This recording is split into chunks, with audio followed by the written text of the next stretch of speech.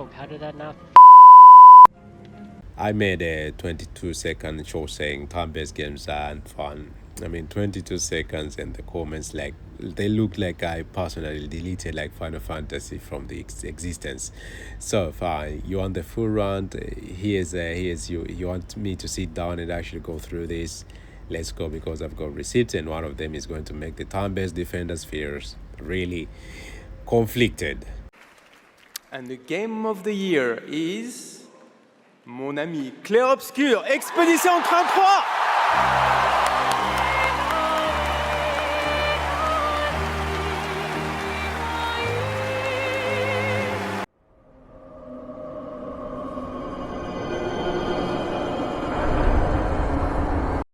The fallen leaves tell a story. Yes, indeed. And in this land, the undead are corralled and led to the north. We are born of the blood, made men by the blood. Well, what do we have here? Welcome back to the Midlocker. It's Lela.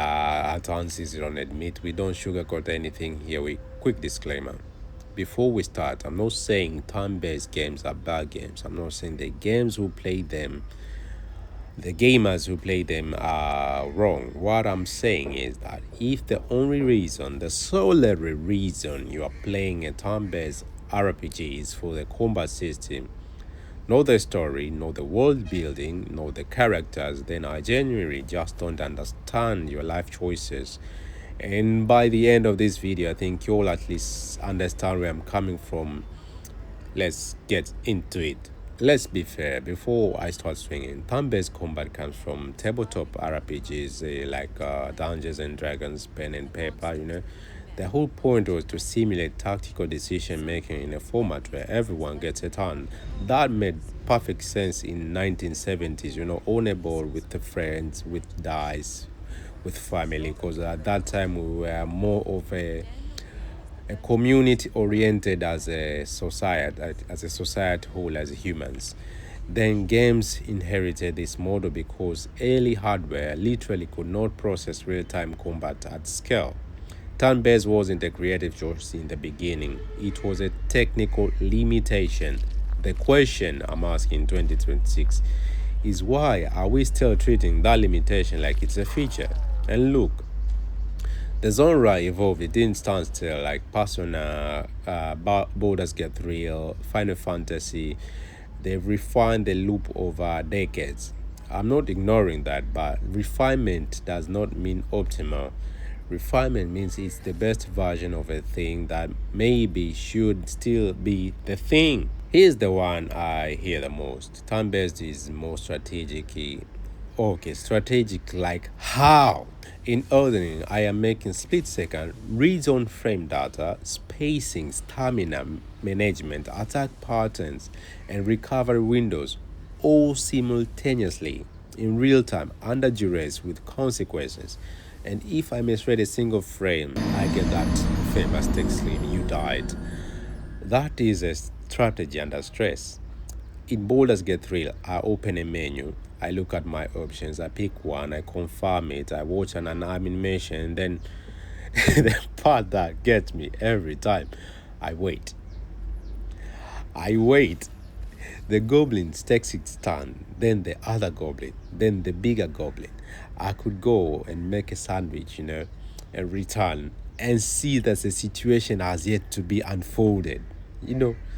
Now, the purists are going to say bad positioning, element, weakness, action economy, and yeah, that's real. I'm not denying that party builds and synergy require thought.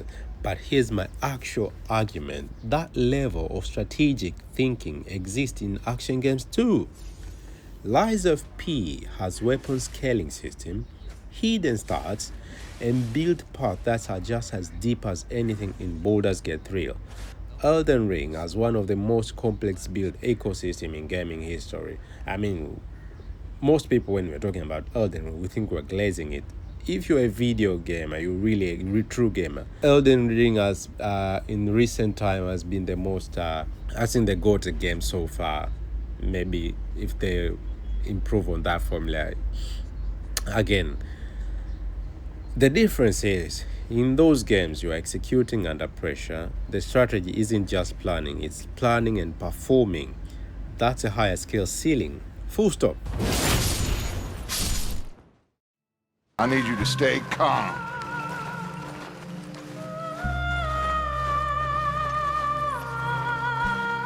Get down here now, you inbred trash! What the hell do you want?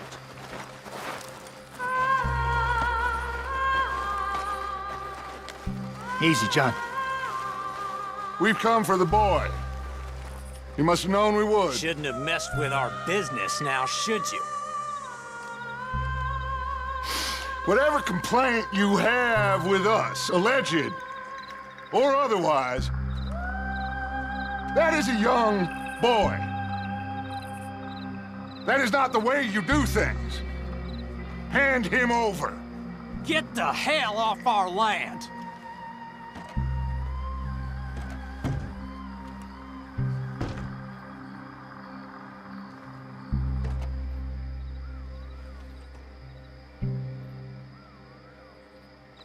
If you ain't gonna be civilized about this. The immersion, Blake. This is the argument, and I don't hear enough about it. And it's the one that bothers me most personally. The story is going, the music is building up, something just happened, your character just found out something devastating, or someone actually died, or the world is coming to an end. And then the game goes, okay, combat mode. Grid appears, turn order locks in. The emotional momentum you just build just come down instantly. And I want to be clear, this isn't me saying cinematic games are better, because here's where I'm going to say something that might actually surprise people. Some of the best story-first games in the last decades are third-person, over-the-shoulder experiences. God of War Ragnarok, The Last of Us, Witcher 3, even early Resident Evil remakes. These games keep you in the world during combat. The camera doesn't change, the tone doesn't break, you are still in the scene. Turn-based games have to work to rebuild that immersion after every single fight. Some of them pull it off. Against 3 does it better than most, but you are always seeming against the current. Action games don't have that problem, and this brings me to something I need to say out loud. If the combat system of a game is designed in such a way that breaks the very story it's trying to tell, that's a design flaw, It's not a genre feature, it's a design flaw.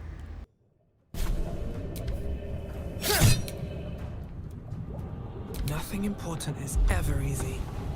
So, let me just put this side by side and let you judge. Crimson Desert, you are Cliff. You are swinging, parrying, chain cancelling combos in real time.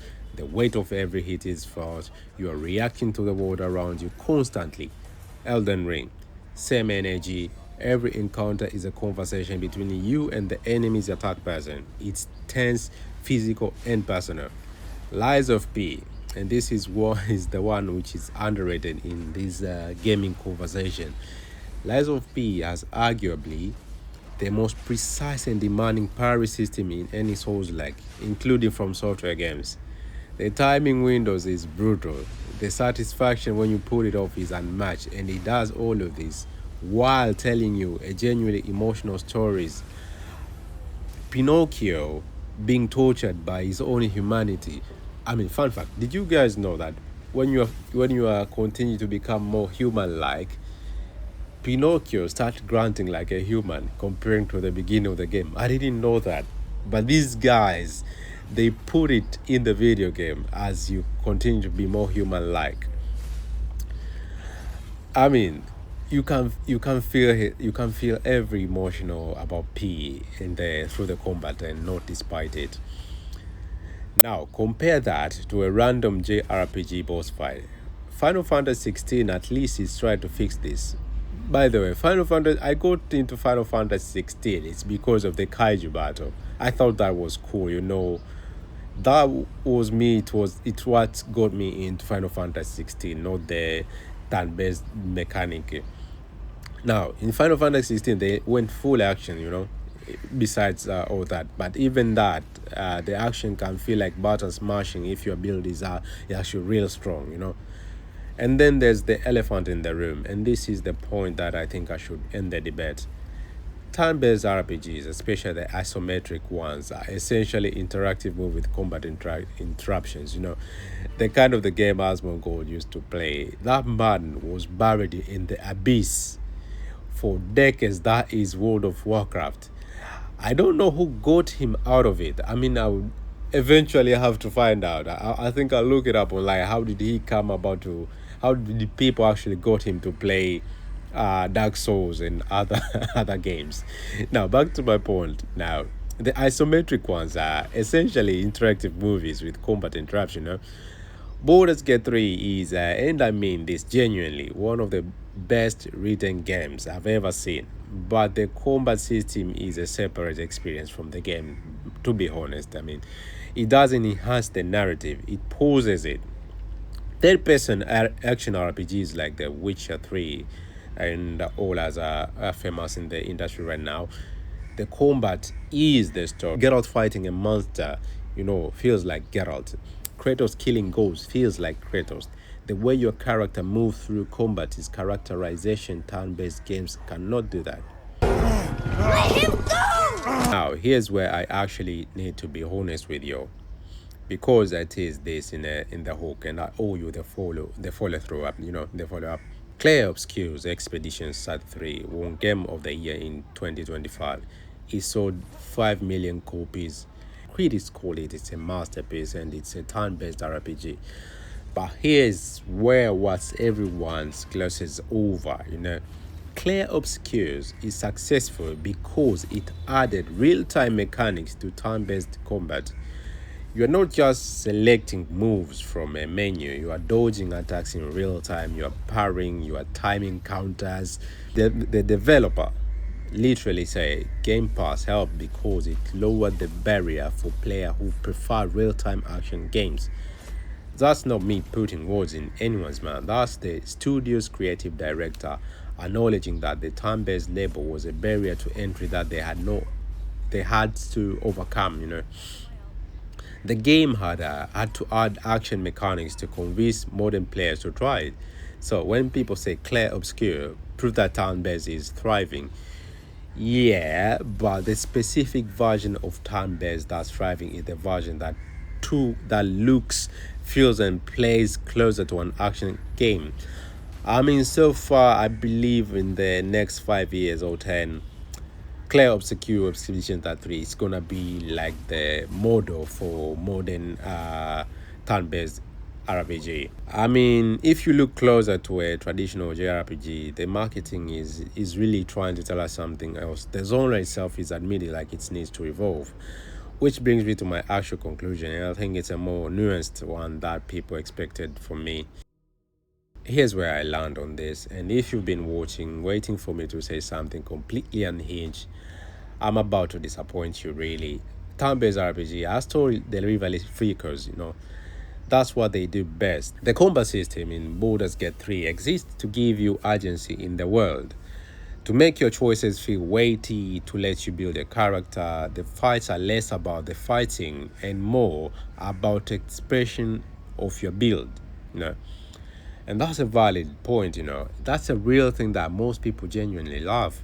But if you're not a story-first player, if you're not the kind of a person who reads every dialogue line, who cares about the character relationships, who spends 40 hours just building a narrative around you, having built Baldur's Gate 3, then I genuinely don't understand what you're getting from the combat alone. Because the combat alone is not competitive with what action RPGs are doing so far in 2026, the year of our Lord. Crimson Desert, Elden Ring, Lies of P, Witcher 3.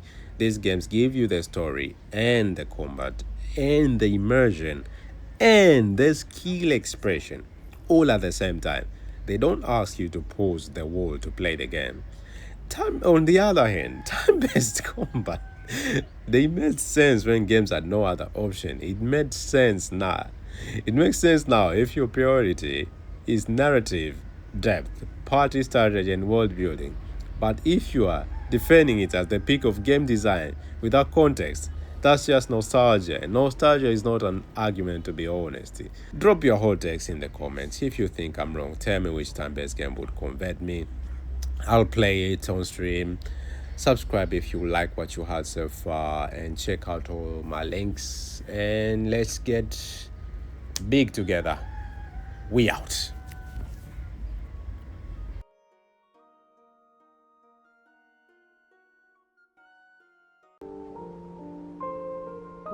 Now, we have a god to kill.